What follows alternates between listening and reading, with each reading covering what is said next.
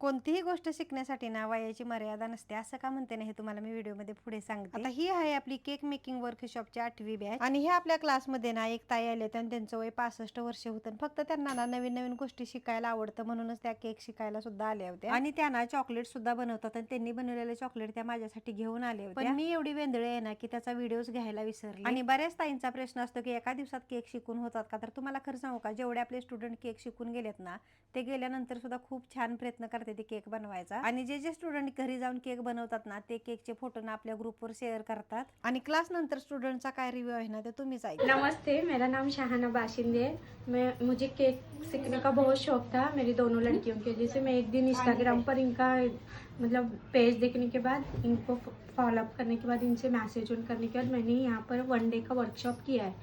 Ma'am ने बहुत अच्छे से केक 8 केक सिखाए 1 डे में, और उसका फ्लेवर तो इतना टेस्ट है जिसको भी जॉइन। नमस्कार, माझं नाव कादंबरी अनिकेत मांजरेकर, मी दिव्याला राहते। मी वनिता मॅमला फेसबुक पेजवरती बघितलं, त्यांची जी केक करण्याची पद्धत आहे, त्यांची जी समजवण्याची पद्धत आहे ती मला फार आवडली।